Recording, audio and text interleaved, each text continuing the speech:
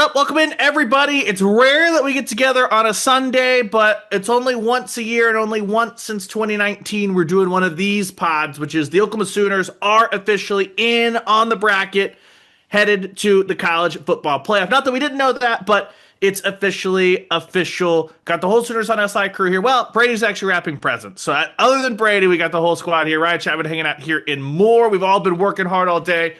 Got the main man, John Hoover, up in the 918 Hoove. Everything settled in. I know that it's been a busy afternoon for the four of us. Let's do this. Let's play off. Let us do it indeed. We won't have to travel much farther than Norman, which is where Carson Field is. Carson, how have you enjoyed your first selection Sunday with the Sooners on SI crew that actually matters? Busiest Sunday that I've had in a good minute, but thankfully no game yesterday, so feeling very energized. Got some coffee with me right now. Just been riding the energy drink wave slash just the energy from getting to cover the playoff. That's going to be spectacular, so pretty pumped. Should be awesome. We've also got the great Ryan Aber in tow with us as well. Are we going to be able to get you through today, or the NFL happening is going to be too all over the place for you in the background? I think I can survive. I actually haven't been watching football today after a lot of football yesterday, just sort of tinkering around in the garage and trying to get some stuff done. Very nice. And because of that football in addition yesterday, to a lot of writing. Yeah, we've all been, one in the same there. Because of all that football we watched yesterday, we came into Selection Sunday without a ton of drama on the Oklahoma front, right? BYU gets smoked by Texas Tech. Alabama gets smoked by Georgia. That kind of blitzed out any of the, is OU going to get bumped out of hosting possibilities, all that stuff. And so guys, it just came down to simply this. OU's in. OU's going to be the 8th seed. Who are they going to square off against? And we had gone through all the scenarios like in our group chat, and we mentioned two teams over and over and over again. Is it going to be Notre Dame? Is it going to be Miami? Is the committee going to figure itself out right at the end, or are we going to still be in this weird mismatch and Notre Dame's going to come even though it should be Miami? Guess what? Alabama, apparently, it doesn't matter if you play an SEC championship game and lose. It doesn't matter any of that because the Crimson Tide stayed put at number 9, which means for the second time in as many seasons, Alabama will come to Norman, America to play. Because this game is going to be on a Friday night, OU gets the Friday night game, 7 o'clock in front of the world. It's technically not going to be twice against the Crimson Tide within a month because they last played in November 15th, December 19th. But boys, I'll just start with you.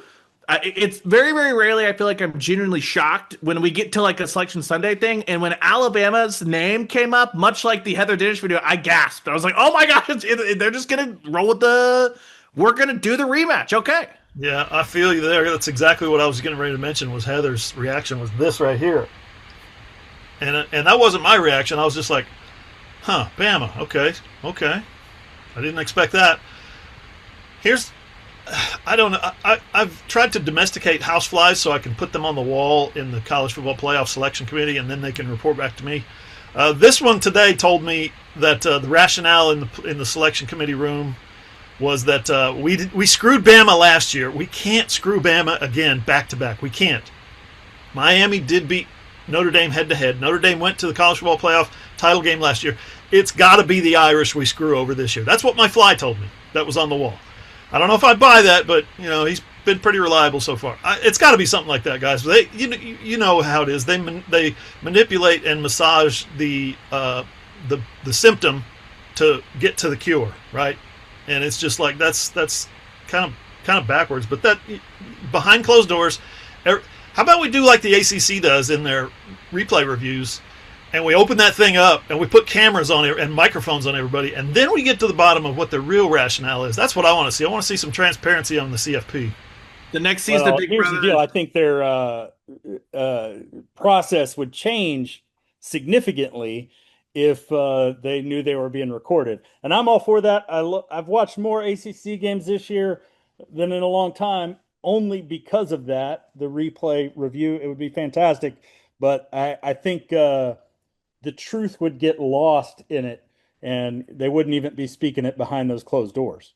The next season of Big Brother is just going to be the College Football Playoff Committee and all that goes. Carson, were you as stunned as maybe the rest of us were when Alabama popped up on the 9 line specifically? Yes, and I think it's because I thought they were awarded a layup yesterday. Just Bama looked bad. That's an easy. Okay, we dropped them one spot. That that avoids two first round rematches in the first round. There are still two first round rematches in the first round with OU Alabama and then Ole Miss Tulane.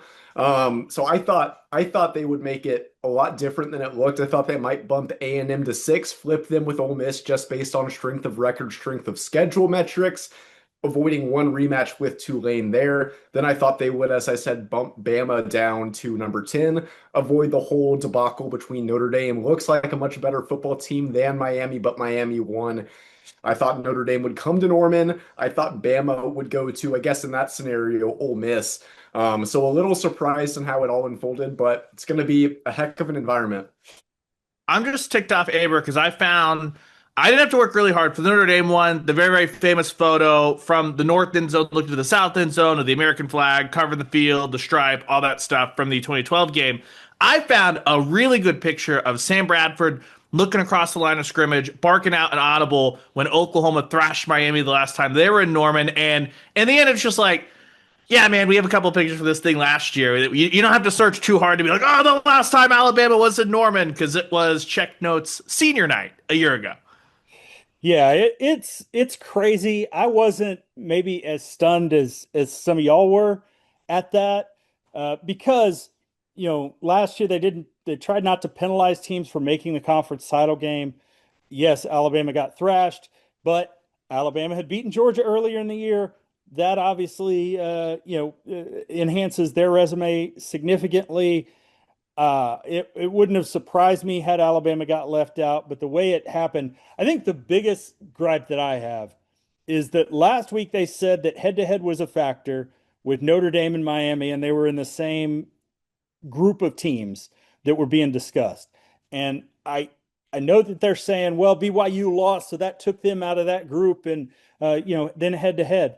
But the fact is, neither Miami or Notre Dame played this week.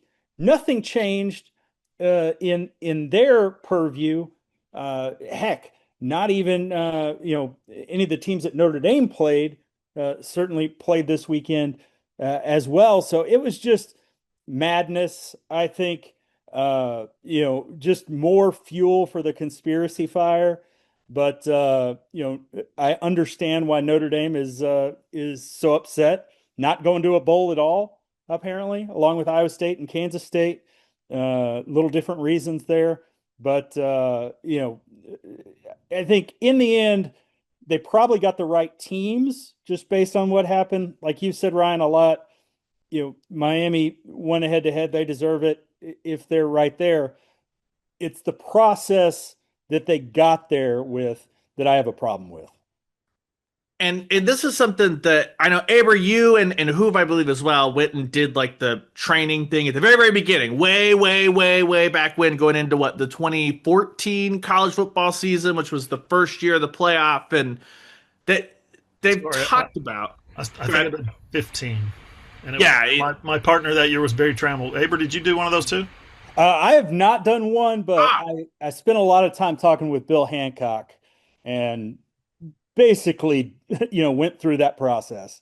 it's something too that for those that care, those that don't, they basically they look at teams in groups of four and take like votes and things like that. I don't remember what the exact method of ranking teams like that, but that is like a scientific way that it's supposed to like eliminate bias, stuff like that. And they take groups of four, which is where you get into Aber, like hey, were they in the same group being compared? Yes, no. Okay, well, if they're bumping up against each other, well, you can always lean back on, well, we're actually looking at groups of four as opposed to just the 11 v 12 in the end. But Ryan, you have done this poll before, not the CFP poll, but like the AP poll. At some point, you do have to take a step back and go, hey, this 9 and 10, they played and they have the same record, and maybe it means I have to take a step back and reorder a couple things. Because if I think BYU is better than one, then I need to either put them above or below. But I just don't understand how we don't get to a point where you can just like attack that with some common sense, as opposed to it's almost like you're being too beholden to like the process. And while the process is supposed to eliminate bias, we also shouldn't have a process that strips out common sense as well. Yeah, I think that's the biggest thing. What you just said. Shouldn't have a process that strips out common sense. For me, I approached polling more of the way that the college football playoff does, with like what's the word they use in a basketball tournament, scrubbing, as you go through it. And I sort of did a rough order, and I redid it every week. I tried not to look at what I had had the week before because resumes change, things like that. I'm not a fan of the traditional AP voting method where teams, if they lose, have to drop down, where teams, if they win, have to move up. Because, if a team is ranked number two and number one beats them, especially if it's a close game, they could still be the second best team in the country. And I think that's an extreme example, but I mean, heck, we saw it with Ohio State and Indiana. I don't think there's a lot of people that would argue that Ohio State isn't at least the third best team in the country based on what's happened this season. But to have a situation where a week ago Miami was 2 slots behind Notre Dame, and all of a sudden, just because BYU does something that BYU had already done in the season, which is get beaten soundly by Texas Tech, then that changes things. I'm sorry, it just seems ridiculous to me. Yeah. It's Hey, silly. if I'll just borrow from our friend Steve Sarkeesian here real quick. The College Football Playoff Selection Committee has done a disservice to college football by omitting Notre Dame, who won their last 10 games in a row by an average of 20 whatever points. They blew everybody out. The national runner-up from last year, okay, the single biggest brand in the sport, is not going to play in a bowl game at all because the CFP screwed the pooch on this one big time. Yeah, I think a lot of times you go with what's going to cause the least amount of drama, or gives people the least amount of ammunition to argue. And I get Miami, lost those games and didn't look great, but in my mind, even though Alabama made the SEC title game, they're the ones with the win. Looked great. Obviously, beating Georgia is as good a win as there was in college football until yesterday, probably. But uh, Alabama did not really look like a playoff team to me late, with obviously the loss to Oklahoma. I mean, to start off the season, the loss to a Florida State team that ended up finishing under 500. They could go to a bowl now with Iowa State and Kansas State being out. But I think Alabama had the least argument to get in, although I don't not sure the ACC deserved a berth. But I think Notre Dame, the way that they're playing, and it's not just that they've won 10 games in a row, it's the way that they're playing and just knocking the doors off people. Jeremiah Love's a fantastic player. I was really pumped to see Jeremiah Love versus OU's run defense. That would have been fun. But I think this is going to be, people get riled up about Tulane and James Madison both in the playoff. To me, that's not the agent for change here. The agent for change is what we saw with this moving of Notre Dame and Miami. To Notre Dame, I would say if you look at Tulane and you look at JMU, what do those two teams have that you don't? A conference. Weird. You I can just mean, that. this Now is Notre true Dame. as well. Now Ross Dellinger did put out there that Notre Dame, there is a memorandum of understanding that they have like legislated for them to not be left out in the future moving forward.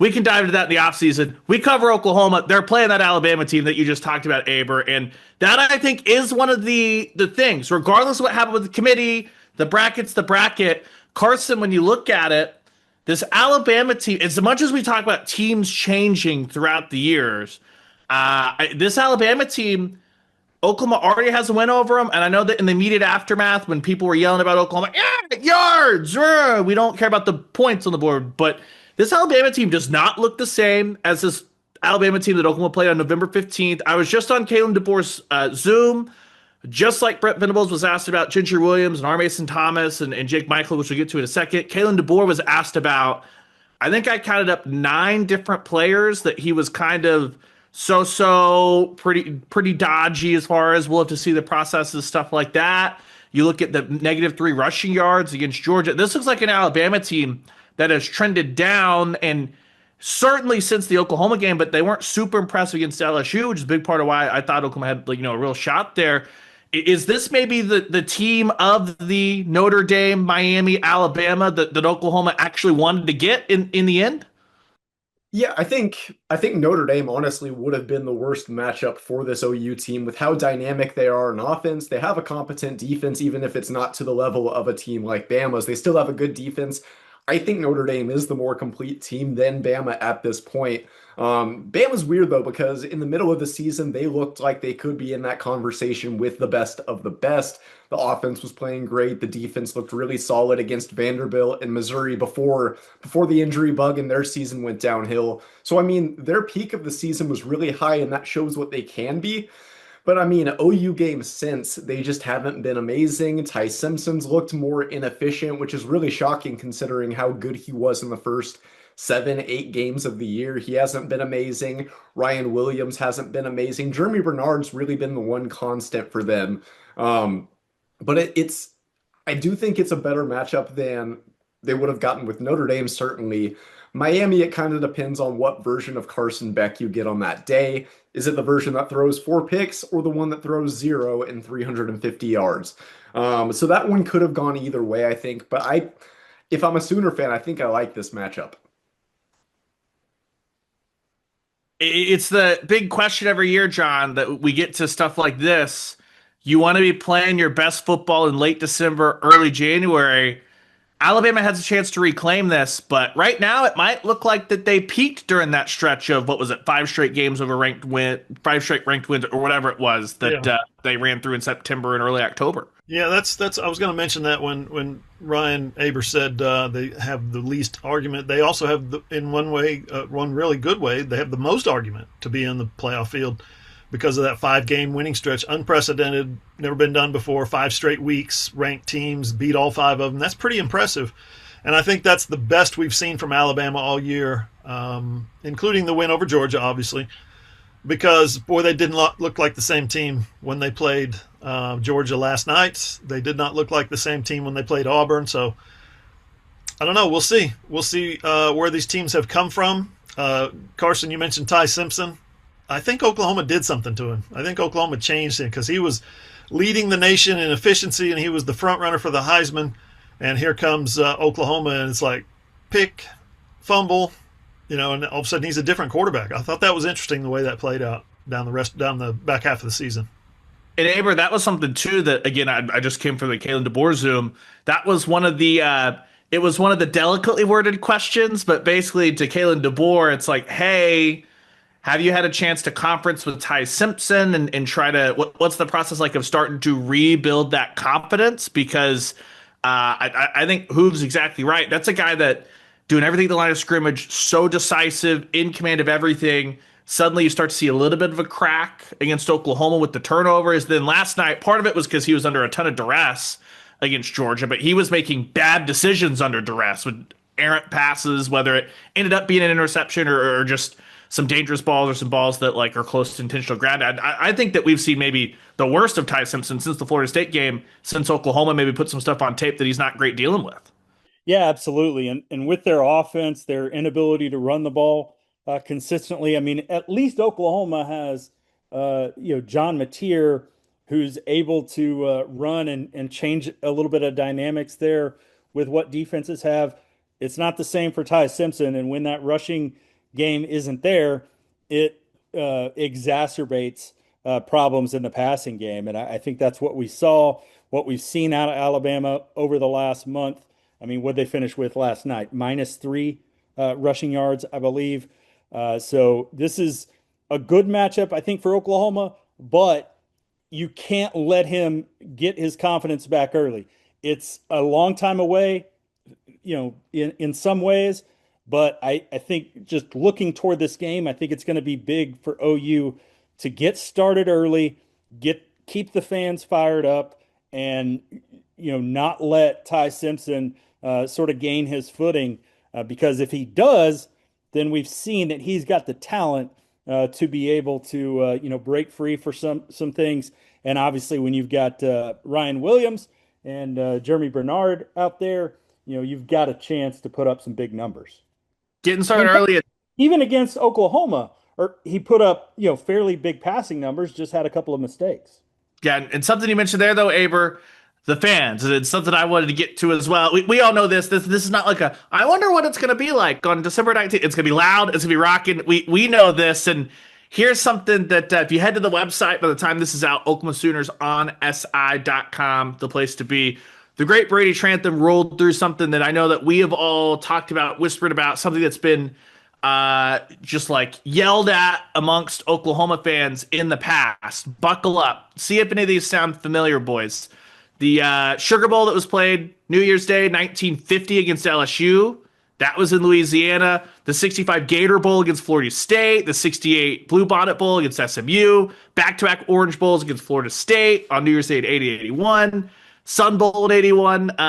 Later that year against Houston. Fiesta Bowl against Arizona State. Orange Bowl against Miami. Hancock Bowl against Texas Tech. National Championship game against Florida State in Miami. Sugar Bowl National Championship game against LSU in New Orleans. BCS National Championship game against Florida in Miami. Cotton Bowl in 2013 against A&M. Cheez-It Bowl against Florida State in Orlando. Finally, the Sooners get a home game, guys. They get people that have to come to the state of Oklahoma instead of being road warriors and headed out. That's something that has been littered all throughout Oklahoma's bowl history, especially in the BCS. It always felt like Oklahoma, John, was going to have to go win a title on the road, and now their path is going to be Alabama in Norman, and then if you look beyond that, an Indiana team that's the number one team in the country, got the best win in the country, but that's in the Rose Bowl. They're grounds for the Big Ten, but OU's played in the Rose Bowl way more recently, twice than Indiana has. A game in the Peach Bowl where you're not playing Georgia in the Peach Bowl, and then Miami's not going to make it to the national championship game, so you don't have to worry about that. Oklahoma, for once, gets not only a home game, but doesn't have to play in someone else's backyard, John. You've already counted out the Canes, huh? That's the one I was looking forward to. Is Miami in Miami? It's got to happen. It's got to happen. But no, that's good perspective from Brady because he's been kind of nursing that story for a couple of weeks now. If this happens, guys, this is going to be interesting the way it played out with the home game. And I know you say we don't have to sit back and wonder what it's going to look like, but I do. I wonder what it's going to look like. If Friday night, wow, in Norman, Oklahoma, I think there's going to be some state championships playing that day, or are they done, Ryan? Would you say? I think there will be. I think there will be. The way that the schedule works, I But have not looked at the high school. Not the same exact audience, but there may be some. Some there's people certainly, go to one or the other, sure. But some overlap, and it'll be interesting to see if they alter schedules to get off of Friday there. Yep. Friday day would be better than Friday night if you want to watch the Sooners in the football playoff. That's going to be electric, man. I was there for the LSU game, and those people were beside themselves with insanity. I've been there for the biggest games over the years, as you guys know, and I just, holy cow, never won this big. Never. I do have to nitpick a little bit with Brady there, though. If we're going to count Houston in the Sun Bowl, that's 750 miles away. It's pretty far. It's in the same state. I don't know what do you want Brady to do? Just because the U.S. doesn't know how to put together a country like everybody else. I mean, Texas should be like 3 states. What do you want him to do? California should be chopped up. You said in their own backyard. That's a massive backyard. Well, it's Texas. There's nothing else there. It's just a bunch of just crap for especially way over there in West Texas. Just crap. Backyards are bigger in Texas for sure. I've seen them. Yeah, it'll be. Oh, go ahead, Aber, because I know that you're prepping biggest games at Memorial Stadium, and I know that in the Venables era we've gone. Is this the biggest game in the Venables era? Is that so much so that I'm tired of that? This legitimately, when you rack them up, is going to be in the conversation for the biggest game ever played in Norman. Yeah, I mean, obviously there's been 1 versus 2 matchups and top 5 matchups, a lot things like that. Bedlams and Notre Dame coming here a couple of times, and obviously OU Nebraska. But this one, to have a true elimination game, One team season is over, one team goes on at home. I think certainly takes the cake.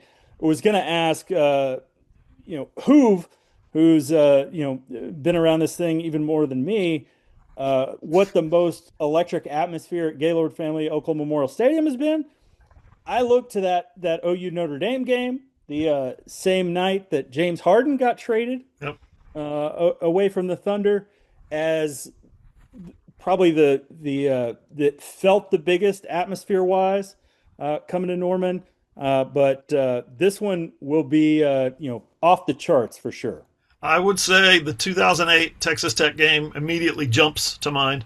And the reason for that is very clear. Bob Stoops, he began the week at his press conference by almost calling out the fans. Almost. He didn't go all in like those guys are not loud, but he made reference definitely to stepped on the line. He made reference to the fans several times that week. As sometimes we've had a lot of success here, and fans don't get as loud as they do at other stadiums. He kind of pushed that envelope. But then when he said we need to hear a loud ruckus, we need a ruckus crowd, I was just like, that's what we need. This place needs to boil over, and it did. It did that night. It was a special night. Second, I would rank. I wasn't at the Notre Dame game, but I know it was big time. I watched it on TV. Second, though, I would rank Tennessee last year. Tennessee last year was unbelievable.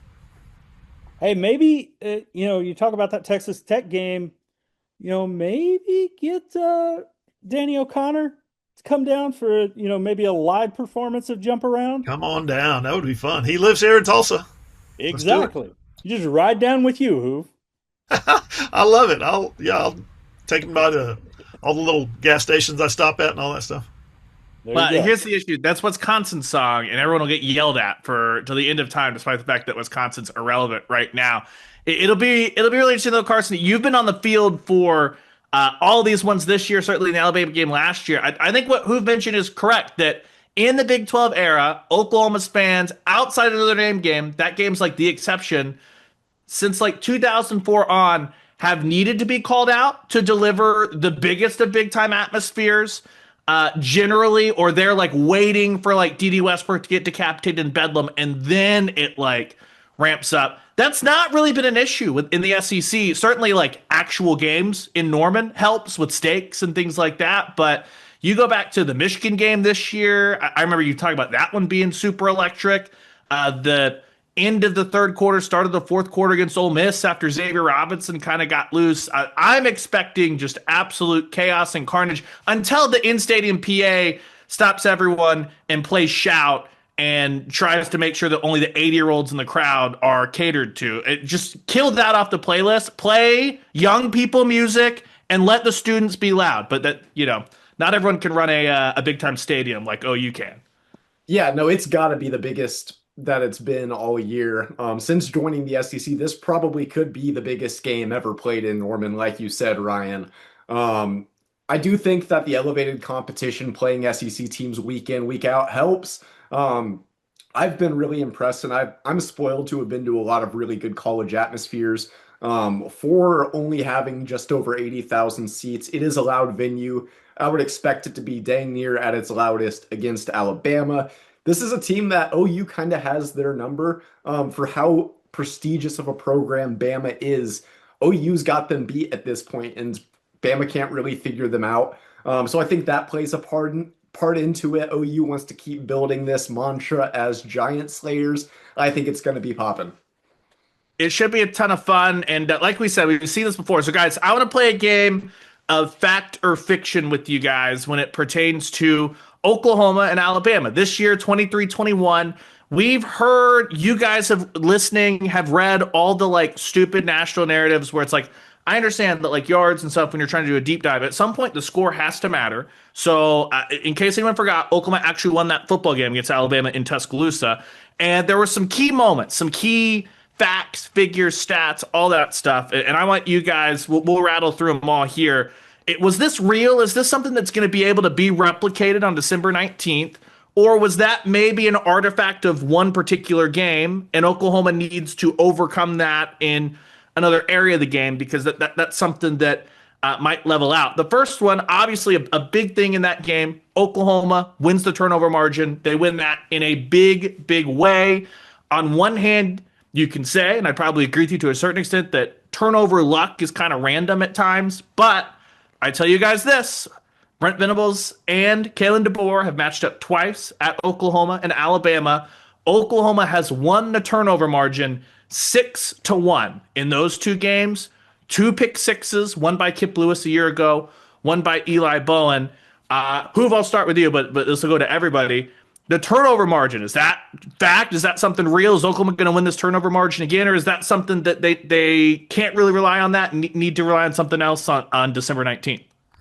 They can't rely on it, of course not. They went, 5 games without a takeaway defensively to start the season. So they can't rely on it. But I think what you've seen is starting with the South Carolina game, was it? Yeah, the South Carolina game where they started getting takeaways. That Kent State, again, they had one. But then they get a couple of picks against South Carolina, and they get the big one against, obviously, the run back at Tennessee, and then the 87-yarder by Bowen. And then you get picks against Missouri. You get important picks against LSU. You're pressuring the quarterback. You're knocking the football out of there. It unlocks something for Oklahoma's defense. Can they count on it? No. Can they expect to create some more havoc and turnovers? Absolutely, 100%. I don't know what Alabama has done turnover-wise since that game or before that game. They were leading, if I'm not mistaken, leading the conference. Or am I thinking of somebody else? They were leading the conference in turnover margin. Turnover margin. I think they were leading in both takeaways and the fewest giveaways. But Tennessee, it was 3-3 after the OU game. What would that have been? 6-3 over their last 4 games. On the negative side for turnover. They've been a little bit sloppy down the stretch. I think it unlocked something for OU's defense, and I think it may have unlocked something in a bad way for Alabama's offense. Yeah, going into that, Alabama was number 1 in turnover margin. Then the other one we had tackled with Tennessee was number 1 in the conference in fumbles forced going into that game. So that was the two kind of back-to-back turnovers. Carson, is this turnover margin something that Oklahoma can depend on here on December 19th?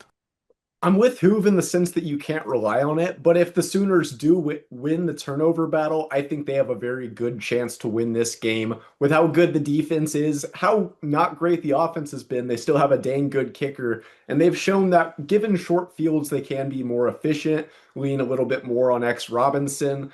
So I do think it's important, but for this team to feel the most comfortable about winning this game and advancing to the Rose Bowl, I don't think it's something you can just lean back on and say like, oh, we're going to win that, we're fine. I think that just has to be a symptom of a complete effort. Good defense, good offense, and ultimately you come out winning the turnover battle. If that happens, if magically OU has an offense and they win the turnover battle, I think this game could be decided by 10 or more.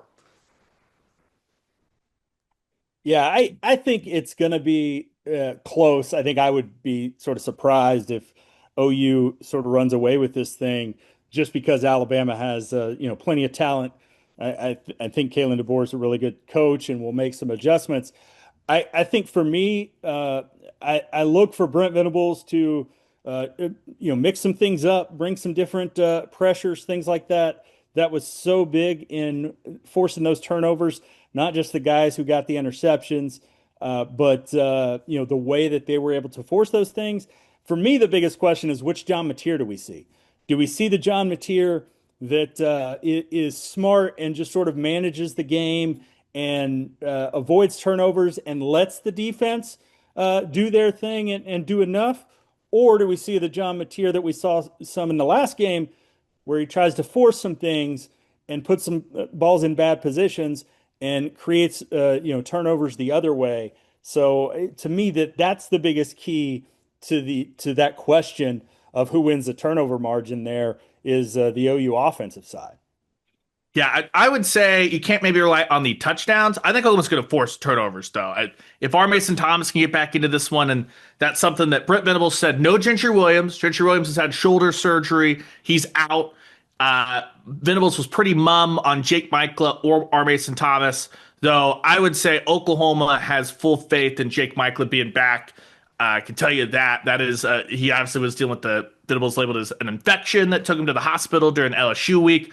R. Mason, I think, will be a little bit closer, but if you get R. Mason back, Oklahoma forced 3 turnovers. That was without R. Mason Thomas, and I think we've seen Ty Simpson maybe second guess himself a little bit. I think this is going to be a big 2 week run up for the sports psychologists at Tuscaloosa and inside the Switzer Center. Who can psych their quarterback not out, but who can hypnotize them back to whatever they were playing in September for material, obviously pre-injury for Ty Simpson, maybe just pre-Oklahoma, pre-LSU even, because Ty Simpson was on a stretch there of like 4 or 5 straight games where he had a strip sack against him because he could not hold on to the football. That leads us to the other bit of this.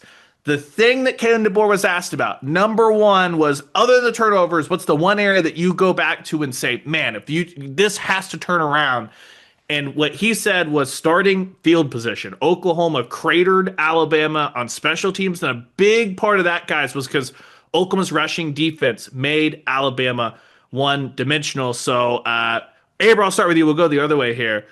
OU's run D and being able to win that special teams hidden yardage battle, that's something Oklahoma's going to be able to hang their hat on, because we've seen how big that is, especially if you can just – the games that is good – Oklahoma feels like they need 2 first downs and they're in Sandell territory. Yeah, I mean, you look at Isaiah Satania has changed a couple games with big returns.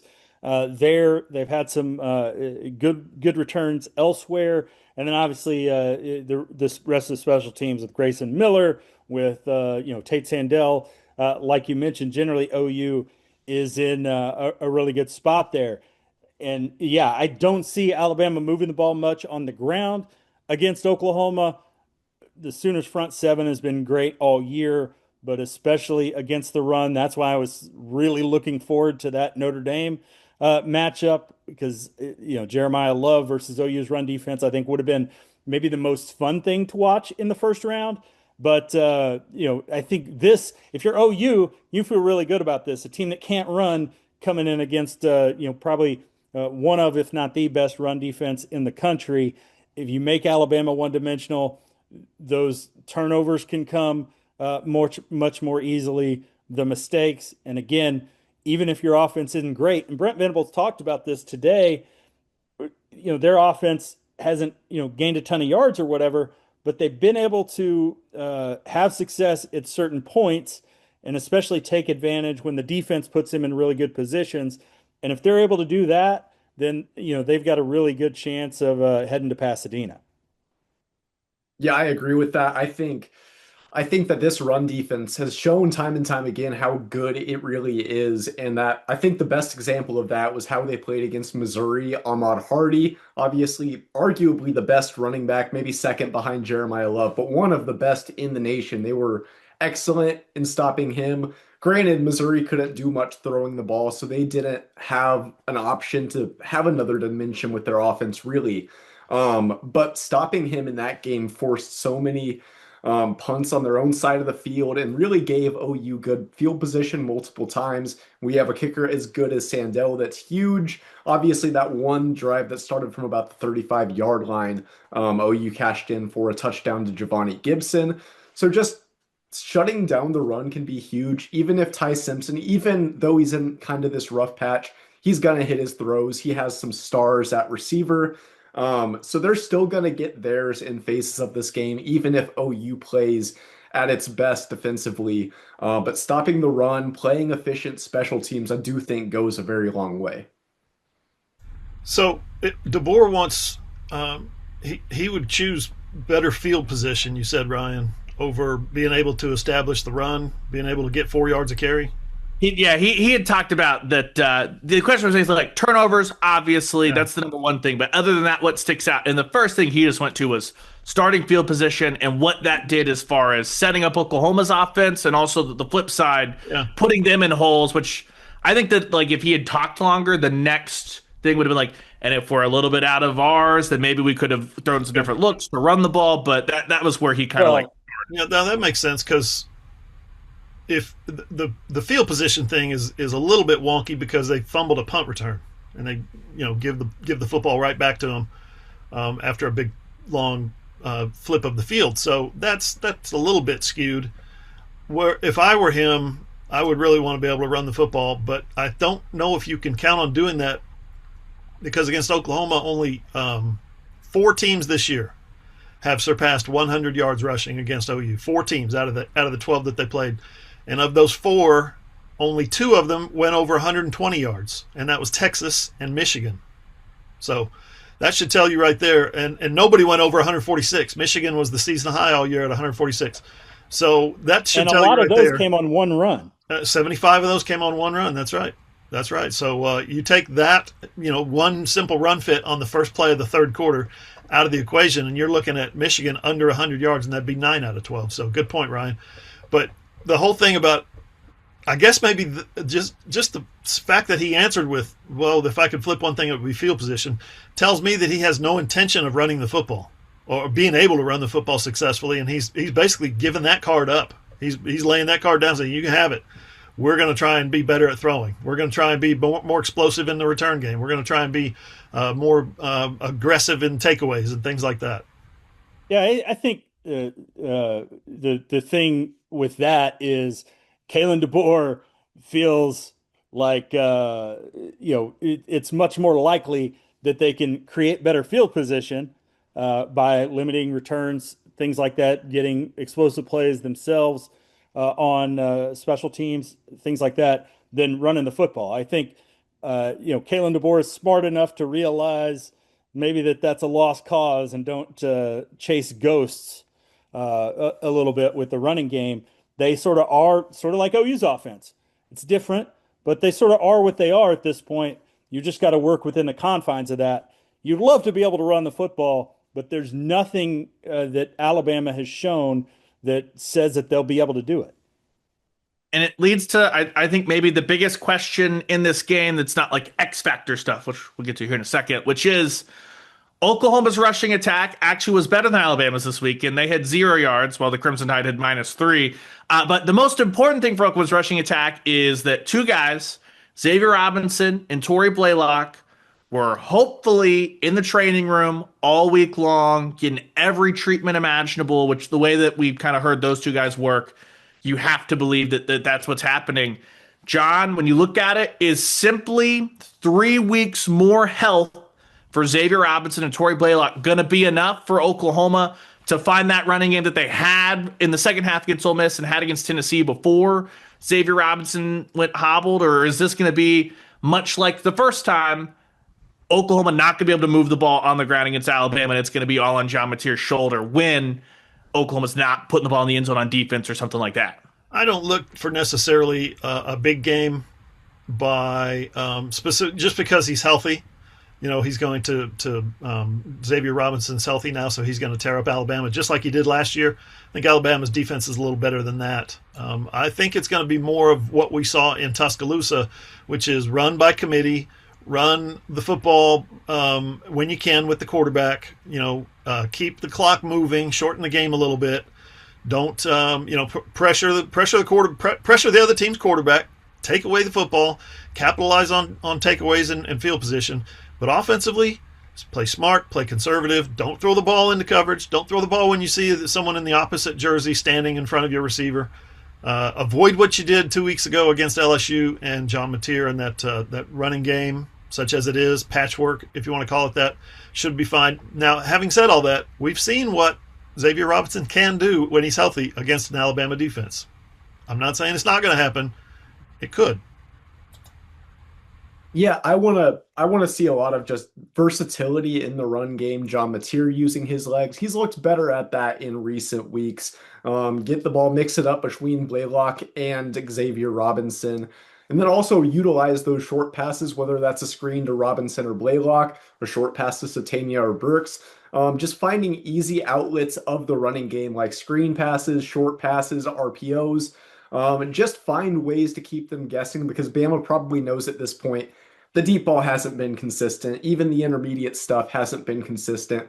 But finding different ways to keep them on edge, I think that's a big factor in getting at least a little something moving against a good Bama defense.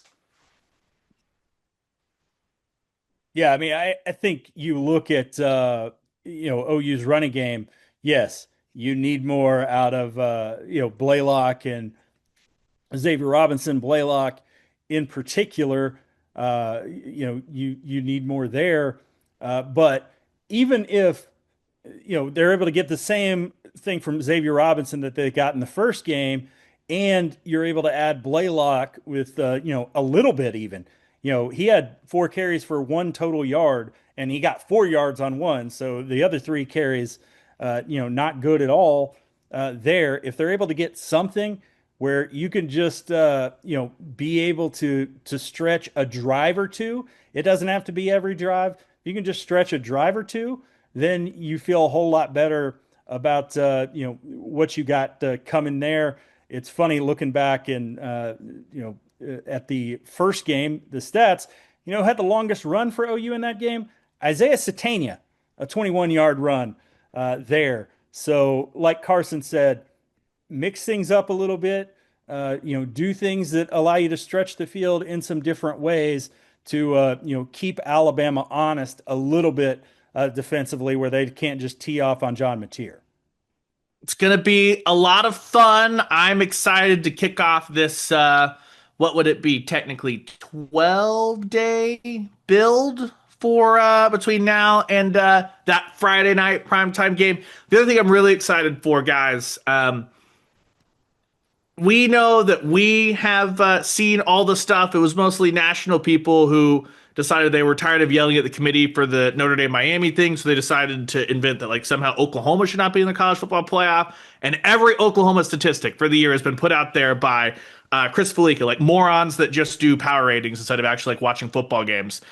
Brent Venables very eloquently today on the Zoom, he was asked directly by Chris Benini, like, hey, have you guys heard that noise? And while Brent Venables was like, we just, focus on us on the inside, he later referenced the fact that, hey, people have used, analytics for our performance against LSU, but ignored. He basically said, he did not say these words, ignored what Alabama's offense did against LSU, but he's like, if you compare what, we did against LSU statistically to, some other, teams that matter. He wanted to say Alabama so bad.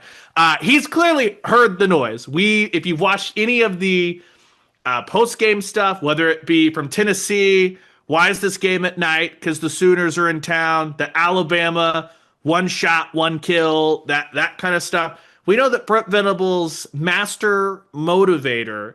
This is going to be the rare moment where I think Oklahoma is the home team in a college football playoff game, yet Brent Venables is going to be able to be in his bag fully about no one thinks you can win this playoff, no one thinks you deserve to be in this game, all that stuff.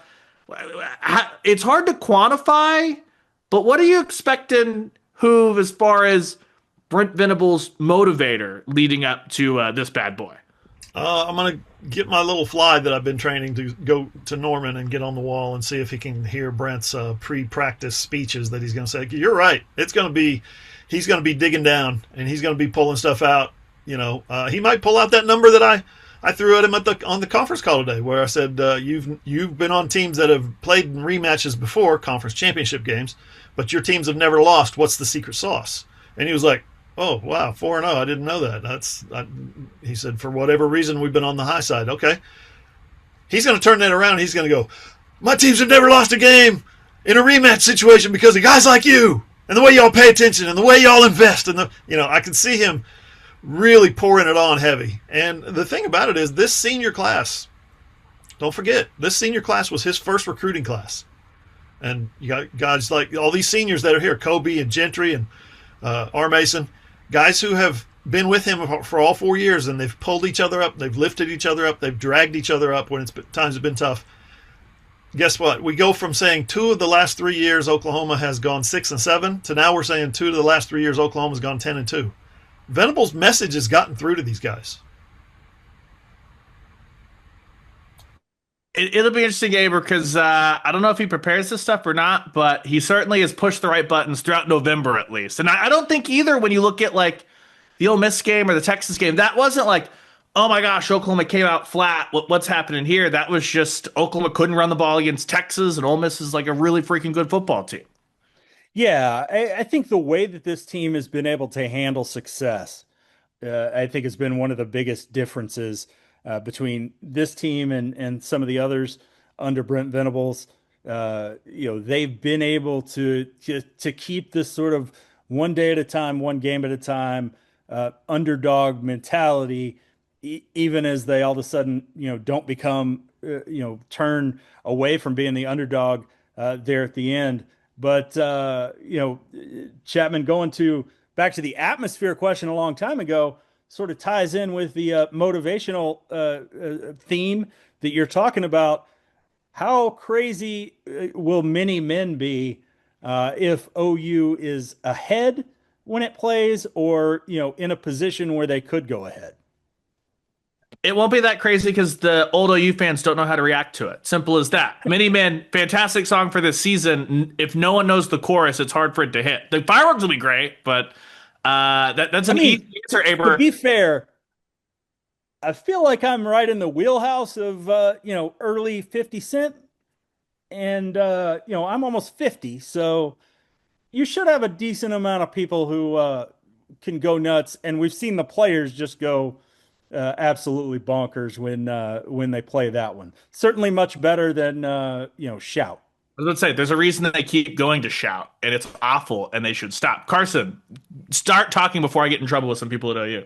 Fair enough. I agree with what Aber originally said there about this team handling success. I feel like this team does have a certain amount of swagger, but I don't feel like that ever bleeds into the area of cockiness, being overconfident. At least I haven't seen that this year.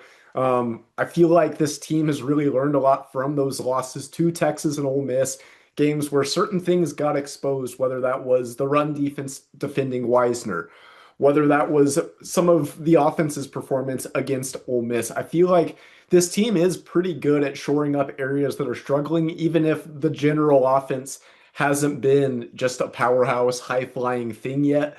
I feel like marginal changes have gone a long way for this team consistently.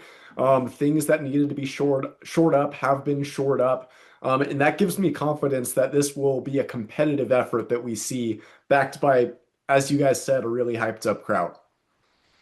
Mo Bamba, Travis Scott, dreams and nightmares. This is where Oklahoma should be going. That's assuming that like the college football playoff even lets them do stuff. We know how this goes, right? That you get a regional host in college basketball, and you can kind of do some of the things that you normally do, and then they're like, we must stop everything to play this NCAA sponsored video that everyone's going to boo. So we'll see what all happens there. And it should be, like we said, a fun couple weeks of build up here. National Signing Day in the rear view. If you missed any of that stuff, OklahomaSooners.com, hit the football tab, just scroll. All of our National Signing Day content is there. Oklahoma didn't stop either. In the category of poorly timed announcements, 2027 four-star defensive lineman Elijah Harmon. I understand what you're trying to do. Have your day. Maybe don't have your day on college football playoff selection day, because he announced that he's coming to Oklahoma, or at least verbally committed to Oklahoma, bolstering OU's already off and running 2027 class, number one rated class in the country via 24/7 Sports. They've got 2 5-stars and 4 4-stars. There's only one other team in the country that has more than that when you add up the 4-stars and 5-stars. That's A&M with 1 5-star and 6 4-stars. OU, A&M, Tech kind of consensus wherever you're looking around. The top 3 classes early on in the 2027 class. And as we talked about and have written about and all that stuff, this is always going to be a weird signing day for Jim Nagy, because he was coming on mid recruiting cycle. Brent Venables and the coaching staff having to recruit an uphill battle. Well, Jim Nagy said last Wednesday, hey, I was sweating out that LSU game too, because guess what? Being able to put this college football playoff logo and all the recruiting materials matters, on top of all the NFL production, everything that Brent Venables and this coaching staff have done. They've got that rubber stamp there, and it looks like they are already off and on their way. Let me set the schedule for you guys here a little bit. We talked to Brent Venables today. As of right now, it's not game week, so the plan is not like on Tuesday to have like the Venables Arbuckle press conference, stuff like that. We're going to get to talk to the players at some point in Norman this week. When that gets scheduled, we'll let you guys know. And then assuming the players aren't on Wednesday night, we'll be back here Wednesday for our normal pod, wrapping up everything the players said, all that stuff. If it's Wednesday, then we'll move some stuff around, moving target, stuff like that. Then we'll get into a game week. I don't know what they're going to do on game week. The last time OU played on a Friday, that was TCU Black Friday a couple years ago.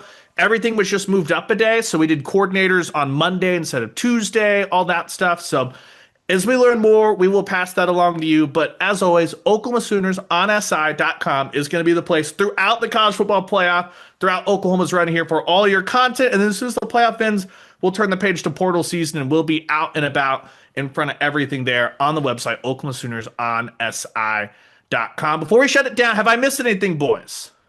It's almost playoff football time in Oklahoma. How about that? Almost there. Sorry to anyone whose graduation plans got wrecked by the college football playoff. By Big the way. time. I just want to hear Chapman. I want to hear you talk about OU's musical selection for about 10, 15 more minutes. I've got thoughts. I was trying to divert when I went into playoff football time. I was trying to divert off of that. Now, I've got thoughts, and so does every other student section in America. Here's the secret, guys. And this is what Oklahoma needs to internalize. College football playoff is not a family atmosphere. Your families can come, everyone's juiced. You should be playing music that gets the students hyped because the students are the loudest people in the stadium, and that filters out. See how that works? It's easy. Everyone else has figured it out. Maybe you should too.